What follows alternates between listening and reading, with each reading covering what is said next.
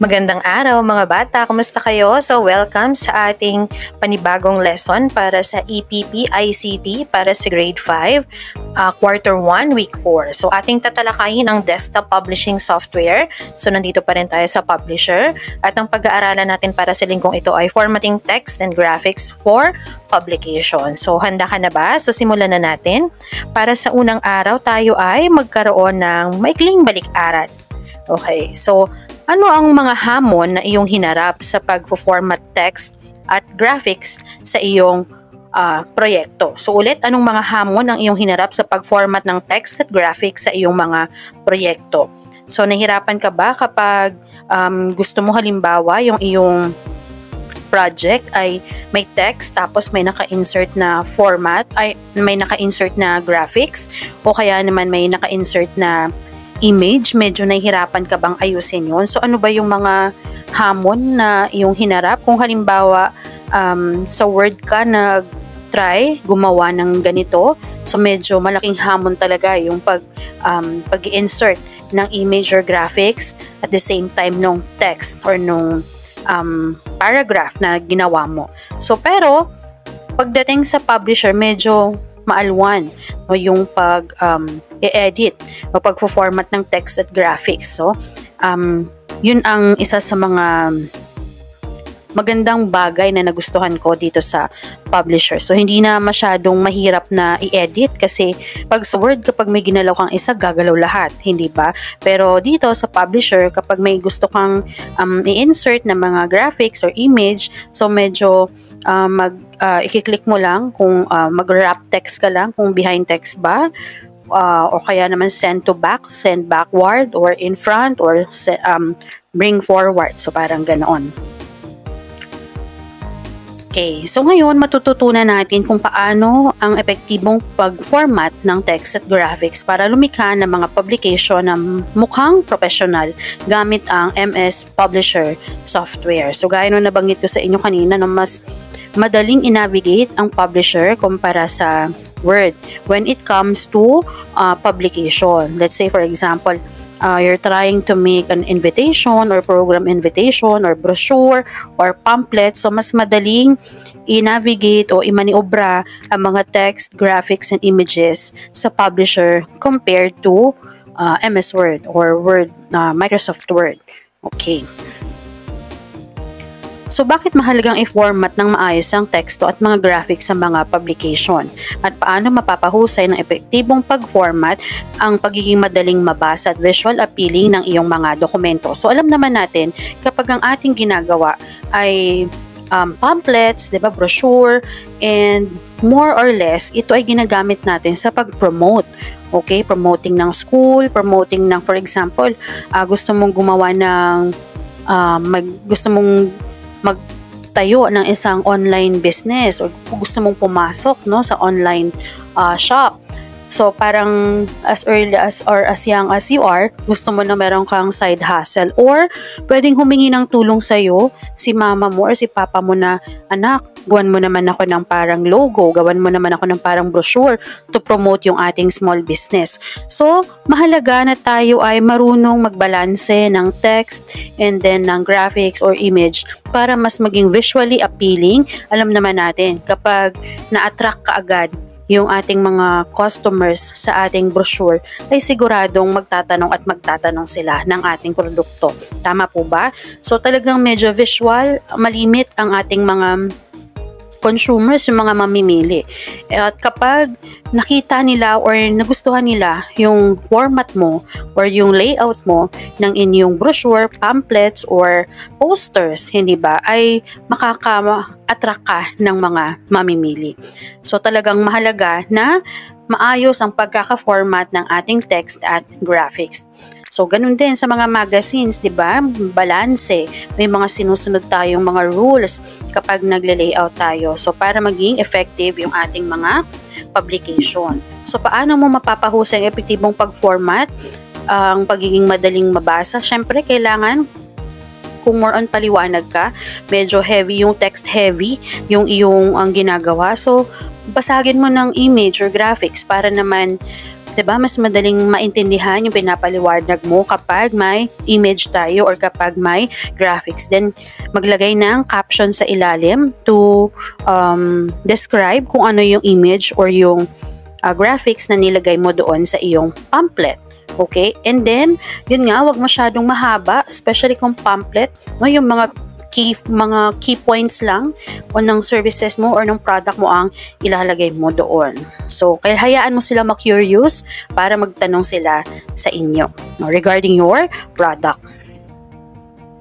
Sa pagtatapos ng araling ito, magagawa mong i-format ang text at graphics para sa mga publikasyon gamit ang desktop publishing software na ginagawang malinaw, profesional at kaakit-akit ang iyong mga dokumento. So, kumbaga, embedded na dito yung mga margins. Yung margins na ilalagay natin is good for yung sa mga corners na lang and borders. Yung hindi ka naman problema kung paano mo i-center yung graphics mo or yung malalaman ba kung naka-center na ba, naka-left align na. Kasi may mga imaginary rulers na sila doon or mga grids na magsasabi sa atin na okay, balance yung dalawa mong picture, pantay sila, or yung 5, magkakapantay sila ng sukat. Okay, so in that way, mas nagiging mukhang professional yung dating ng ating mga ginagawang publication sa publisher. Okay, so basahin natin ng pabaliktad ang mga titik upang mailahad ang mga salitang nais maipakita at ipakita ang mga sumusunod na salita at mga kahulugan nito. Okay, so ito ay insert. Ito ay tab na makikita sa ribbon na ginagamit upang makapagdagdag tayo ng image, shapes, graphics at iba pa. So malaking bagay ito si insert kasi malaking tulong to lalo na kapag sa maglalagay tayo ng mga graphics, yung mga online pictures natin, shapes, mga lines, mga charts, everything. So dito natin makikita sa insert tab or dun sa ribbon makikita natin si insert. Okay, sunod ay margins. Ito ay tumutukoy bilang boundary sa pagitan ng pangunahing nilalaman at mga gilid ng pahina. So makikita mo na kung lagpas ka na or hindi na masyadong balanse yung ginagawa mong layout kasi meron tayong margins na nagbibigay sa atin ng boundary para malaman natin kung nasa sentro pa ba or sakto pa ba yung sukat or yung limitation ng ating ginagawang publication. So, yan yung boundary sa pagitan ng pangunahing nilalaman at mga gilid ng pahina. And meron tayong text box. Ito ay ang kahon kung saan maaring maglagay ng teksto na maaring paglagyan ng impormasyon. So, insert text box. So, mas madali mag-navigate dito kasi, ma'am, bakit po ganun? Kasi sa Word, diretso type lang tayo, pero sa publisher, hindi. So, paano ba maglalagay ng text? So, i-click mo yung text box, insert text box, and then, pwede ka nang maglagay ng text mo doon or mga paragraphs mo. Tapos, i-resize mo na lang yung font, and then, bigyan mo na lang ng style. Or, kung mga title yan, o mga headlines mo, o title ng iyong or headings ng project mo or yung ginagawang layout, pwede ka namang mag-insert word art. Okay? And then, laruin mo na lang yung font and then yung font size. Okay, para sa ikalawang araw, dito na tayo sa ating formatting text and graphics for publication. So, ito na yung mga paraan kung paano ba tayo magfo-format ng ating text and graphics sa ating publication. Okay, so maaring bigyang diin ng na-format na teksto ang mahalagang impormasyon at makakatulong sa pag-ayos ng iyong epektibong publikasyon. Sa pagsasaayos ng font ng iyong teksto, kabilang ang laki, kulay at paglalagay ng mga espesyal na simbolo, maaari mo ring ayusin ang pagkakahanay ng teksto upang baguhin kung paano ito ipinapakita sa pahina. Okay, so sa pag-format ng ating text, so pwede mong isaayos yung font style nito, yung font size niya, font color, ano pa, yung paglalagay natin ng mga symbols.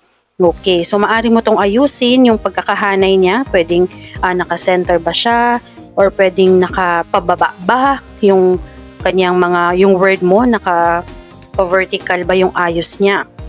Okay, so maaari mong ayusin ang pagkakahanay ng teksto upang baguhin kung paano ito ipinapakita sa pahina. Ibig sabihin, mas madali nating i-format ang ating mga text dito compared to the other software ng Microsoft. Okay.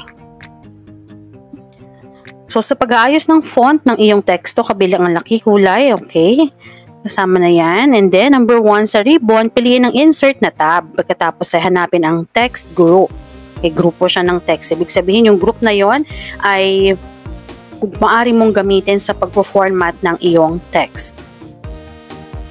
Okay, i-click ang command na draw text box. Yun, yung naka-yellow, naka-highlight ng yellow. So, ang cursor ang magiging crosshair. Mag-click kahit saan sa iyong publication at i-drag ang iyong mouse upang gawin ang text box. So, pindutin mo. So, kapag kinlik mo na yung draw text box, so maglalabas na siya ng crosshair doon sa yung parang plus sign, yung iyong cursor. Ibig sabihin, pwede mo na siyang i-drag kahit saan. Okay, i-click mo siya and then drag para makabuo ka ng square. And then, pwede ka nang mag-create na yung text box mo at pwede ka nang mag-type ng iyong teksto doon. Yan. So, ngayon, kapag nagkaroon ka na ng text box, maaari ka na ngayon magsimula mag-type sa loob nito. So, para baguhin ang font, i-highlight mo yung text at pumili ng naayon na font size. So, kung ano ba yung, usually, kung ito ay magazine or mga pamphlets, usually it's 12 or 11 yung mga font size. Pero depende kung mga header mo naman siya or mga headlines mo or mga headings mo, so pwede mong lakihan yon, make it 14 or 15. So depende sa dami ng ilalagay mo. And then, pwede ka ring pumili ng kulay kung may theme ka na sinusunod. So pwede mong sundan yung theme mo, kopyahin mo yung kulay, pwede mo yung gawing inspiration. And then, yung font style. So, ano ba ang target mo na audience? Mga professional ba? So, kung mga professional, so syempre gagamit tayo ng mga medyo formal na mga font styles, mga serif and sans serif, no? Pero kung gusto nyo maging parang mga maging appealing sa mga bagets o yung mga young ones ang inyong mga target, so pwede kayong maging playful when it comes to font style. Okay, so yan yung halimbawa natin. So, para naman sa paano ba tayo mag-a-apply ng format sa graphics? Ang mga larawan ay isang mahusay na paraan upang magdagdag ng visual na interes sa iyong publication. Kasi syempre, masakit rin sa mata kapag text heavy lang at puro text yung ating nakikita. So, ang magandang gawin is mag-insert tayo, no, yung mga images, mga graphics, na mga charts. So, kaya nga may tinatawag din tayong mga infographics. So, pwede tayong gumawa ng mga infographics sa publisher. So, may information plus graphics. So, para mas maging appealing, no, yung ating nais na gawin na publication. So, ang pagdaragdag ng mga larawan ay nagbibigay ng kulay at kawili-wiling itsura na nakakapagbigay interes sa mga mambabasa. So, tayo nga kahit na medyo adult na-enjoy pa natin yung mga stories na may pictures, hindi ba? So, what more yung ating mga consumers na syempre, minsan mas naintindihan nila pag may picture, alam na nila agad. So, no need maglagay ng text heavy na mga information doon. So, mga key points lang, summary, or yung mga highlights na lang. So, paano gagawin natin? Piliin ang insert na tab, pagkatapos ay hanapin ang illustration group. I-click ang picture command. Okay. So, lalabas ang dialog box ng insert picture, hanapin at piliin ang larawan na gusto mong ipasok. Pagkatapos ay i-click ang ipasok or insert. Okay, ayan. So, insert picture from file. Okay, ibig sabihin na download mo na yung picture. Okay, so ito yung pinaka-basic, pero yung iba, gusto nila shortcut and possible naman, nagagawa naman. So, coming from the net, no, doon na nila kinakopy yung image, right-click and then select mo yung copy image and then insert mo na dito or i-paste mo na sa iyong publisher na document. But then, be careful, lalo na kung copyrighted yung mga images natin. So, although hindi dinidiscourage talaga yung pagkuha ng mga pictures sa net. So, kung ito naman ay for personal, kumbaga kung personal consume mo lang naman or hindi naman pang wide yung dissemination ng iyong mga publication, so I think just give credit na lang doon sa may-ari ng picture na ating kinuha or kinopya. Okay? So, kung picture nyo naman yan, kung sarili nyo naman kuha, so wala tayong problema. Okay, so ayan. So, kapag in-insert nyo, pag kinlik nyo na yung insert, then lalabas yung picture, then from file, i-open nyo yung pictures from your file, or if nag-download ka, so pupunta ka doon sa downloads folder para doon mo kuhanin yung image or graphic na iyong ilalagay sa document. Okay, so ang larawan ay idaragdag na sa iyong publication. So, maaari mong lakihan o liitan ang naayon sa iyong dokumento. So, yan. So, dito na pumapasok yung pagiging madaling i-navigate niya. Kasi once na select nyo na yung picture, pwede nyo na siyang liitan, i-resize, no? Pwedeng palakihan, pwedeng liitan, pwede nyo rin i-crop. Okay? Or kung halimbawa, hindi lahat, may parang specific na image ka lang na gustong kuhanin, so pwede mo siyang i-crop. Okay, so right-click mo lang yung picture and then doon sa upper part or lower part, lalabas doon yung crop, i-click mo lang yun and then you can crop the picture. Okay, and then pag nakuha mo na yung desired picture na gusto mo, so i-click mo lang siya sa labas para makrop na yung iyong image or yung graphics. Okay, so ayan na, naka-insert na yung inyong picture. Okay, so for day 3, ating ikatlong araw, ito ay mga pinatnubayang pagsasanay na. So ang guro ay maaring magpanood sa inyo ng link ng video sa ibaba. Yan, pwede nyo yung panoorin. Hindi lang natin siya pwedeng i-attach sa ating video. At upang makita ng inyong mga estudyante na katulad mo kung paano yung pag-format ng ating text and graphics. So may dalawang link tayo dyan. Pwede nyo yung bisitahin after nyo panoorin yung ating video. At maaari na kayo mag-practice, no, ng pag-format ng text and graphics. So, pwede rin naman, hahatiin kayo sa dalawang pangkat kung meron tayong available na computer laboratory or ICT department or ICT lab. So, yung unang grupo, gagawa ng formatting text and then yung ikalawa naman, formatting graphics. Okay, so para sa ika-4 na araw, so ito ay nakalaan para sa inyong formative assessment. So magkakaroon tayo ng maikling pagsusulit.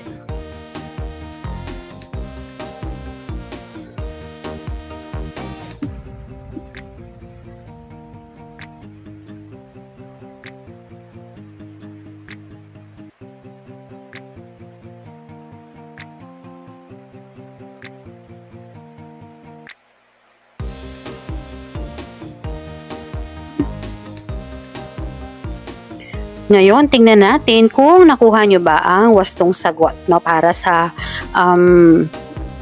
video or lesson na ito. So, alam nyo ba, yung pagsa-start nyo sa publisher, sa una lang yan, parang, syempre, tayo naman, hindi ba, once na naging familiar na tayo, no, sa interface ni publisher, medyo madali na nating i-experiment yung mga bagay-bagay, hindi ba?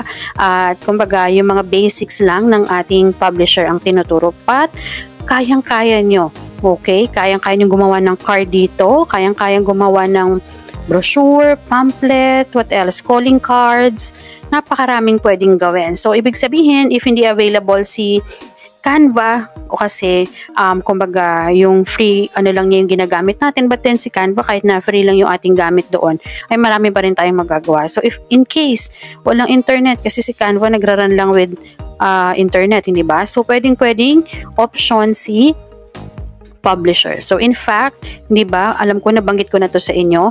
So sa mga press conference, sa mga school press conference, ang grade school ay lumalaban sa paggawa ng newspaper, ng dyaryo, school paper, gamit lang ang publisher. So ibig sabihin, kayang-kayang gumawa ng newspaper or docu-magazine gamit ang ating Microsoft Publisher. So once na na-master nyo na to, sisiw na lang sa inyo ang pag-layout when it comes to Canva na nagbibigay sa atin ng napakaraming templates. Alright? So if you are interested in layouting, so ito ang start, no? Pag mag-start mo na sa Publisher. And then you can go out now with Canva, with InDesign, and with Adobe Photoshop. So sorry about that. It's Adobe Photoshop. Alright, so with that, I would like to say thank you so much and great job, everyone. Alright, so congratulations. So it's your first step, especially kung ikaw ay